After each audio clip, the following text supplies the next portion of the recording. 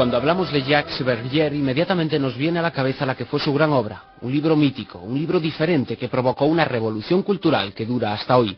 Hablamos de El retorno de los brujos, que apareció en el mercado en 1960 y que abordaba temas relacionados con el mundo del misterio. Nadie hasta entonces, desde una perspectiva intelectual, se había atrevido con una obra similar. Hoy el mundo entero le recuerda por ese libro, sin embargo, ya entonces, el mundo entero le conocía por otra obra suya, que había aparecido en 1942 y que se había traducido a 38 idiomas. Pero vayamos por partes y profundicemos en la insólita vida de este irrepetible explorador del misterio. Jacques Verdier, por su nombre, bien podría haber sido francés, y se le considera como tal. Sin embargo, nació en Odessa, en Ucrania, en el año 1912, en el seno de una familia judía. 5 años después, los suyos emigran a Polonia. Allí, el niño hace demostración de su portentosa capacidad intelectual. No va a la escuela, pero aprende idiomas y ciencias por su cuenta. Lee libros en un solo día y se los aprende enteros. Precoz, superdotado y un superviviente nato. Finalmente, cuando tenía 15 años, su familia se instala en París.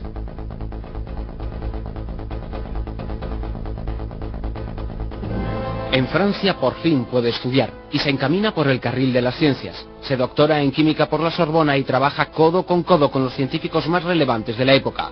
Pero llegó la guerra mundial y su origen judío le obliga a alistarse en grupos de resistencia activa.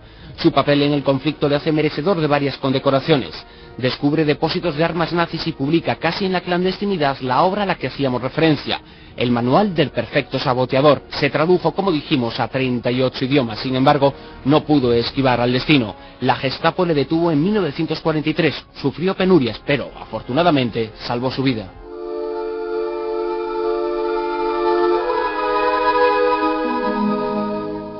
Tras aquellos duros momentos, Verdier comienza a interesarse vivamente por muchas cosas extrañas. Lee a Forge, a Charles Forge, y de inmediato se propone continuar con su obra. Lo conseguiría. Además, se cartea con Lovecraft y con el mundo intelectual de la época. Estudia fenómenos extraños, civilizaciones desaparecidas y sociedades secretas. A comienzos de la década de los 50 le presentan a un periodista llamado Louis Pauwels. Juntos deciden emprender una magna investigación de todos los hechos extraños de nuestro mundo. El objetivo de ambos era plasmar en una obra que lo recopilara todo aquellas pesquisas tras la otra realidad. Es así como se gesta El retorno de los brujos. Gracias al libro se produce una auténtica revolución. Se acuña la expresión realismo fantástico para clasificar ese tipo de literatura. El libro expone infinidad de sucesos extraños, hallazgos desconcertantes sobre sociedades secretas e incluso advierte de las conexiones esotéricas del nazismo. La obra marcaría las líneas maestras de la divulgación futura sobre los temas y asuntos relacionados con el misterio. Su éxito le convierte en director de una revista Planet que pretendía acercar al lector esa otra realidad. El objetivo del realismo fantástico que capitanea Verdier es la liberación de los prejuicios. Propuso la necesidad de desterrar las teorías caducas por mucho poder que posean, y expone como único remedio para interpretar lo que ocurre en el mundo la observación detenida de los hechos, por fantásticos y desafiantes que sean. Él y Pauwels hicieron popular el siguiente adagio: no nos lo creemos todo, pero creemos que todo debe ser investigado. Su llamamiento a la ciencia sigue vigente hoy en día.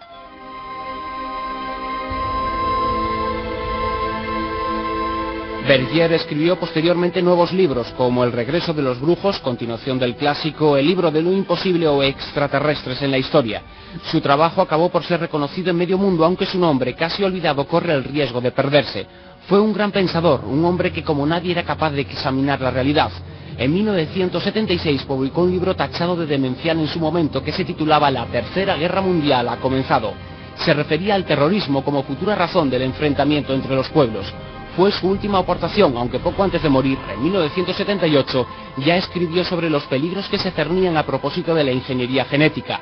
Se anticipó en 20 años a la discusión, y es que precisamente la vida y obra de Verdier se pueden resumir en una sola palabra: anticipación.